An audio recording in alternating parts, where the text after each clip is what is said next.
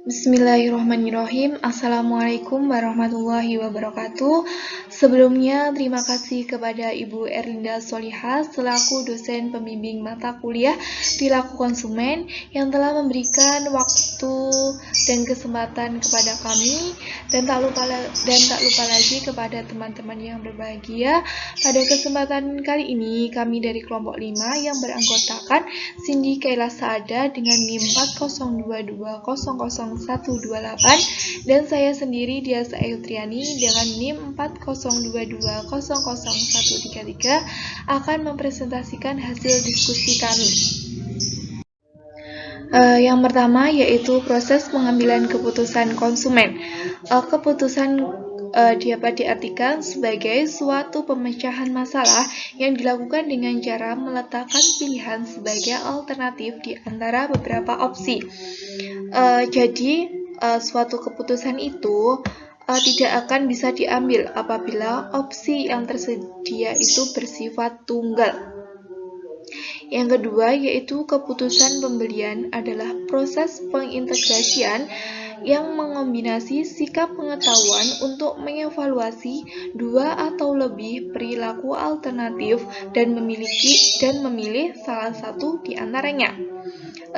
Berdasarkan pengertian tersebut, dapat disimpulkan bahwasanya dalam proses pengambilan keputusan konsumen itu dapat berbagai pertimbangan yang saling bergantung antara satu dengan sama lain membentuk suatu integritas utuh dari keputusan tersebut.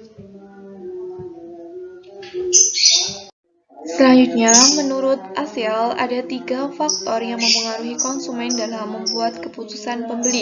Yang pertama yaitu faktor konsumen individual, artinya bahwa pilihan untuk membeli barang atau jasa yang dipengaruhi oleh hal-hal yang ada pada diri konsumen, seperti kebutuhan, persepsi, sikap, kondisi geografis, maupun gaya hidup.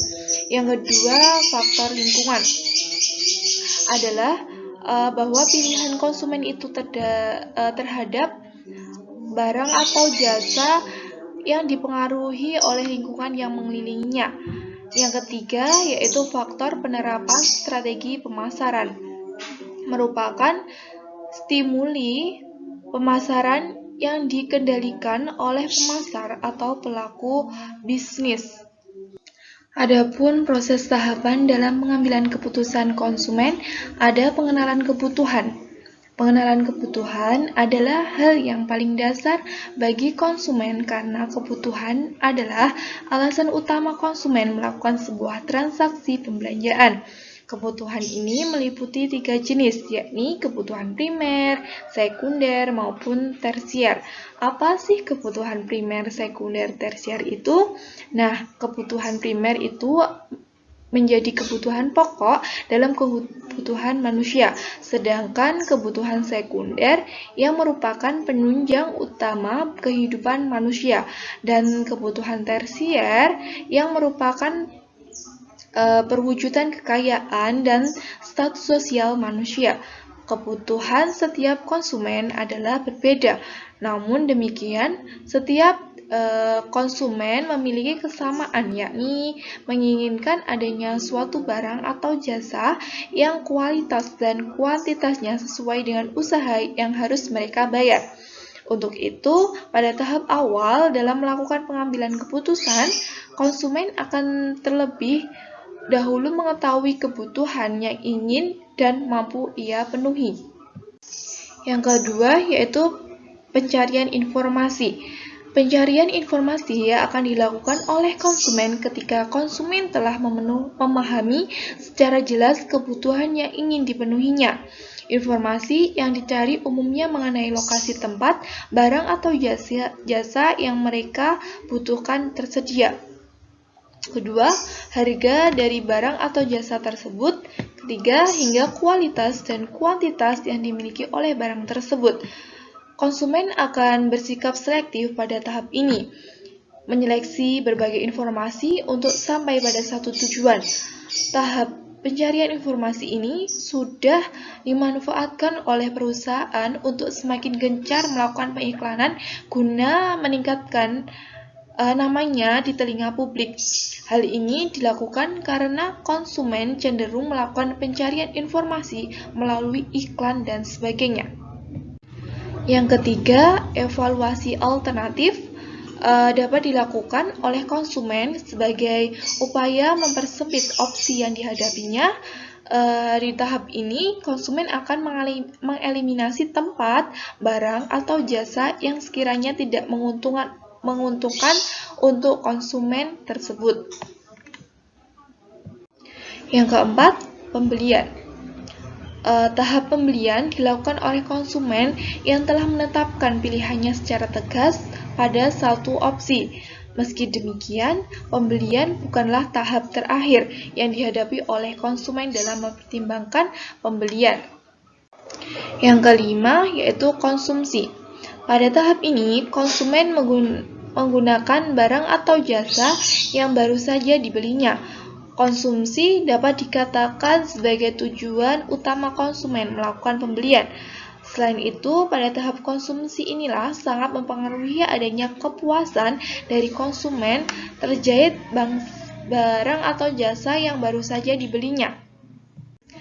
Yang tahap yang terakhir yaitu evaluasi, yaitu proses pengambilan keputusan tidak berhenti pada pengkonsumsian, melainkan berlanjut ke evaluasi proses yang dikonsumsi, yang mengarah pada respon puas atau tidak puas. Selain melakukan pembelian, konsumen mengevaluasi apakah alternatif yang dipilih memenuhi kebutuhan dan harapan segera sesuatu yang digunakan. Apabila konsumen merasa bahwasanya barang atau jasa yang baru saja ia konsumsi tersebut sesuai dengan apa yang konsumen hendaki, maka akan terbuka lebar kesempatan konsumen untuk melakukan pembelian kembali dengan barang atau jasa dan tempat yang sama. Selanjutnya akan dilanjutkan oleh teman saya yaitu Cindy Kayla. Baik, selanjutnya adalah tentang struktur keputusan pembelian. Struktur merupakan serangkaian pola yang terbangun menjadi satu kesatuan yang terorganisir satu sama lain.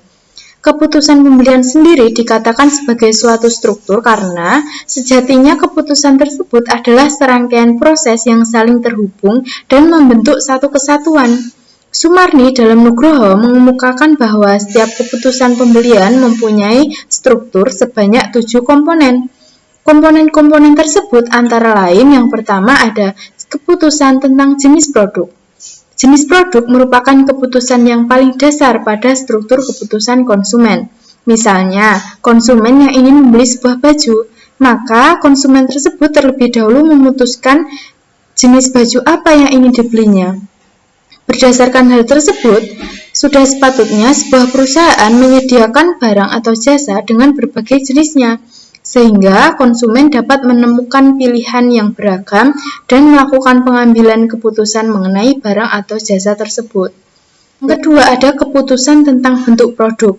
Bentuk produk berkaitan erat dengan desain dan atribut dalam produk itu sendiri. Atribut produk merupakan salah satu hal penting yang perlu diperhatikan oleh perusahaan. Mengelola atribut produk dengan baik merupakan salah satu cara yang paling penting dalam menarik minat konsumen dalam keputusan pembelian produk tersebut. Yang ketiga ada keputusan tentang merek. Merek merupakan pencitraan yang diberikan konsumen pada suatu produk atau jasa. Beberapa merek tertentu bahkan menjadi suatu simbol sosial bagi konsumennya. Yang keempat ada keputusan tentang penjualan. Keputusan tentang penjualan berkaitan erat dengan harga yang ditawarkan dalam produk tersebut. Konsumen akan menimbang apakah suatu barang atau jasa yang akan diperolehnya sebanding nilainya dengan apa yang harus mereka keluarkan. Untuk itu, pemilihan harga yang tepat dan sesuai sudah seharusnya diupayakan bagi penyedia barang atau jasa tersebut. Yang kelima, ada keputusan tentang jumlah produk. Kuantitas produk, barang atau jasa yang akan diterima oleh konsumen menjadi suatu pertimbangan tersendiri dalam struktur ini. Mengapa? Hal ini dikarenakan konsumen memiliki motif dalam melakukan pembelian, yaitu menginginkan jumlah barang atau jasa yang diterimanya semaksimal mungkin, tetapi dengan harga yang seminimal mungkin. Beberapa perusahaan mengakali hal ini dengan cara pemberian diskon dengan harga grosir apabila konsumen tersebut membeli barang dengan jumlah tertentu. Yang keenam, ada keputusan tentang waktu pembelian. Contohnya, hampir tidak ada ditemukan konsumen yang membeli sayur di tengah malam kan? Oleh karena itu, waktu pembelian dikatakan sebagai salah satu struktur yang harus dipertimbangkan dalam keputusan pembelian konsumen. Yang terakhir, yang ketujuh, ada keputusan tentang cara pembayaran. Di era teknologi yang zaman sekarang ini turut mengubah tradisi masyarakat dalam melakukan pembayaran. Apabila di zaman purba dulu, manusia melakukan pertukaran menggunakan cara barter. Seiring perkembangan zaman, maka pertukaran barang tergeser dengan hadirnya mata uang berupa emas, logam mulia, hingga mata uang seperti saat ini. Kini perkembangan teknologi menyulap bentuk fisik uang tersebut menjadi bentuk digital yang tersimpan utuh dalam ruang maya. Metode pembayaran digital nyatanya kini menjadi gandrungan. Kenapa? Karena terbukti lebih efektif dan efisien dalam melakukan sebuah transaksi. Selanjutnya adalah jenis pengambilan keputusan konsumen. Pengambilan keputusan konsumen yang beragam latar belakangnya dapat dirangkum menjadi 3 tipe sebagaimana yang dikemukakan oleh Schiffman. Antara lain, yang pertama adalah pemecahan masalah yang diperluas atau extensive problem solving. Pemecahan masalah yang diperluas umumnya ditemukan pada tipe keputusan pembelian terkait barang-barang mewah atau yang berguna dalam jangka panjang seperti mobil, sepeda motor, hingga rumah.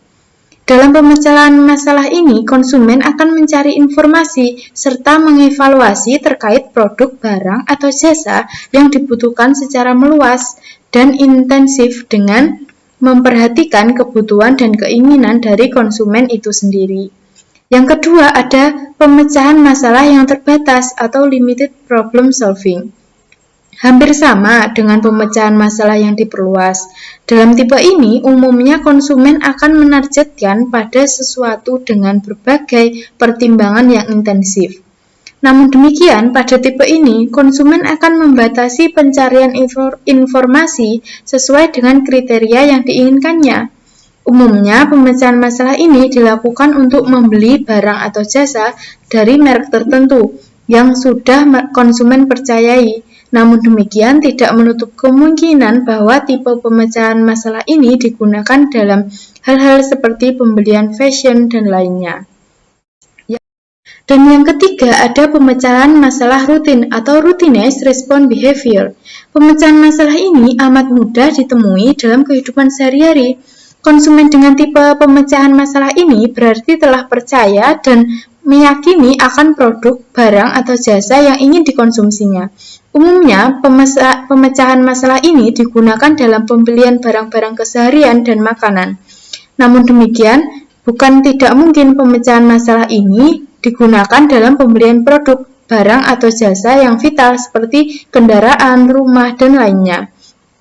Jenis-jenis pemecahan masalah di atas menggambarkan bagaimana konsumen memenuhi kebutuhan konsumsinya sesuai dengan level kebutuhan barang dan kepercayaannya.